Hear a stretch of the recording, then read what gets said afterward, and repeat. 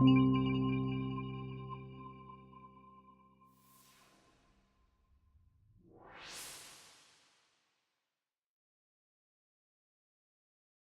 know, Europe doesn't have its own foreign policy. It obviously has, but it's a very delicate exercise to bring in those 28 different national foreign policies and to pull them at the European level. And then we know foreign policy making is not just diplomacy or strategic geopolitical policy, it's also related to energy, it's related to democracy, it's related to the future of the digital sector.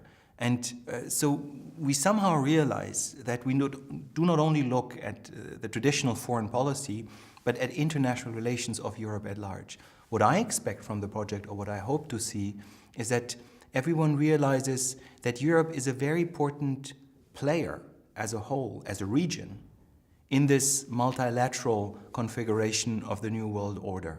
And it is perhaps somewhat superficial to say, if we realize at the end that Europe has its own international identity, that would be an important conclusion or an important finding. But I would not relate it to the EU Foreign Service or to some kind of common seat in the UN Security Council. It's really about connecting different policy areas. When we have a refugee problem today, we know we need to talk to Turkey, we need to talk to Russia because it's a conflict in Syria. We know there is an energy component related to this. There are implications for Northern Africa. There are implications for military intervention in Syria through the United States. There's an implication to East Asia. So it's all connected, and this is what we try to look at in this forum.